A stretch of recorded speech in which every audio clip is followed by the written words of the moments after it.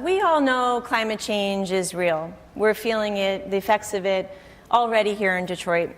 It's 30 degrees colder right now than it should be this time of year. Our roads are full of potholes from the temperature fluctuations. How many times did our power go out last summer because of the windstorms? So we're already feeling the effects of climate change now, and we know it's only going to get worse. A few years ago, as I started reading more and more about what was coming and the impact of climate change, I thought, well, maybe I'll throw my hat in the ring and see if there's just one small thing that I can do. But where to begin? It's such an overwhelming problem. So I went to a wise sage, Google, and I asked Google, what are the top solutions to climate change? Number one, number two, things that I know that I can't do much about. Issues like refrigerator coolant management and building more wind turbines. But the third one was food waste reduction. I was intrigued. I thought, well, I love food, I love to eat, I love to cook. Maybe I'll look into this a little bit more. I was amazed at what I found out. As a country, we throw away 40% of all the food that we grow. That's 40%. Imagine, if you will, you go to the grocery store and you leave the grocery store with 5 bags of groceries. You walk over to your car, you open your trunk, you put 3 bags in, you take 2 of those, and you put it down in the parking lot just to leave it there. You may look at those bags and think, I spent a lot of money on those groceries, and now I'm just going to leave it here in the parking lot. And I spent a lot of time in the store picking everything out, waiting for it to be checked out, waiting for the bagger, and that was a huge waste of my time too. You may also look in there and see all the packaging that's inside the bags and think, oh my gosh, this packaging did nothing. I'm just going to leave it and it's going to go in the garbage. You may also have passed someone on your way to your car who was hungry and said, could I have one of those bags? And you said, no, I'm just going to leave it here in the parking lot. Maybe later someone will come around and pick one up and find a way to get it to you, but I'm just going to leave it right here.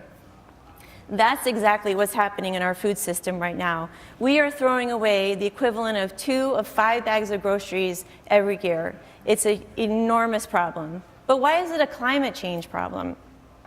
Well, let's think about what happens to those 2 bags after you left and gone home. The grocery store doesn't want the bags all over their parking lot, so they send someone out who goes to each parking space, picks up those 2 bags, puts it in the truck, takes it over to the landfill.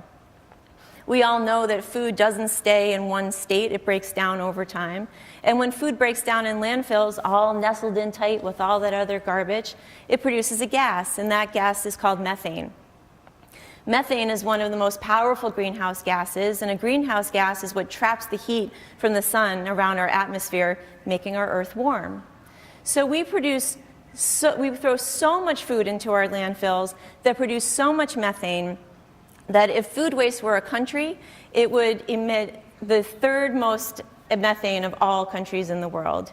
It's an enormous problem, and it's a leading contributor to why our planet is so warm. So I thought, well, this is great. Now what? It's no surprise to probably the people in this room that we waste food across the entire food system. Every time food changes hands, there's a waste for some reason or the other. But the biggest source of that waste is us. It's in our kitchens, it's in our homes. We're the ones that are throwing away most of that food.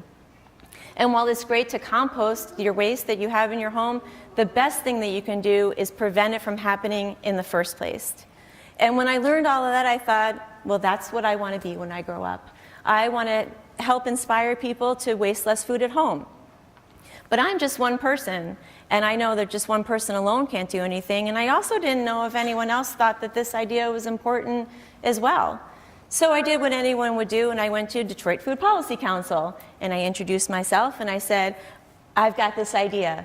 Let's throw a party for free. We'll invite everybody in Detroit. We'll feed them with food that would otherwise not get used, and we'll talk about how fun and easy it is to not throw food away.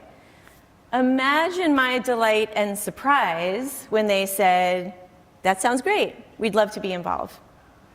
They said that because they know that this is an important issue, and they are such great connectors with everyone in the city. And because of them, we were able to bring in so many other people that also cared about the issue. We had over that next year more than 100 people that participated in planning the event, cooking the food, volunteering that day, showing people around, and explaining all the different ways that people can waste less. On September 30th of last year at Easter Market in Shed 5, we opened our doors and we waited to see if anyone else in the community would also care about this.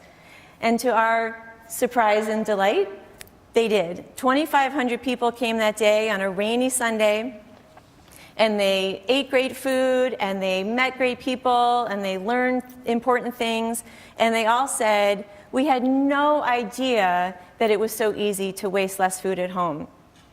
They also left with a promise to do things like eat their leftovers and plan their meals and not throw food away on the sell-by date that's marked on certain foods from the grocery store. And we were so inspired by the people that came and the excitement that they showed that we decided to do it again.